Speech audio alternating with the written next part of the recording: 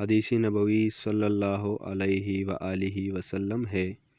ام المؤمنین حضرت عائشہ نے بیان کیا کہ نبی کریم صلی اللہ علیہ وآلہ وسلم نے فرمایا، جبریل علیہ السلام مجھے پڑوسی کے بارے میں بار بار اسی طرح وصیت کرتے رہے کہ مجھے خیال گزرا کہ شاید پڑوسی کو وراثت میں شریک نہ کر دے۔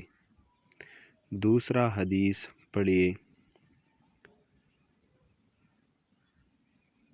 نبی اکرم صلی اللہ علیہ وآلہ وسلم کے محبوب لوگ حضرت ابو ہریرہ رضی اللہ تعالیٰ عنہ سے روایت ہے کہ رسول اللہ صلی اللہ علیہ وآلہ وسلم نے فرمایا، میری امت میں سے سب سے زیادہ مجھے پیارے وہ لوگ ہوں گے جو میرے بعد آئیں گے، لیکن ان کی تمنا ہوگی کہ کاش اپنے گھر والے اور مال کے بدلے میں میرا دیدار کر لے۔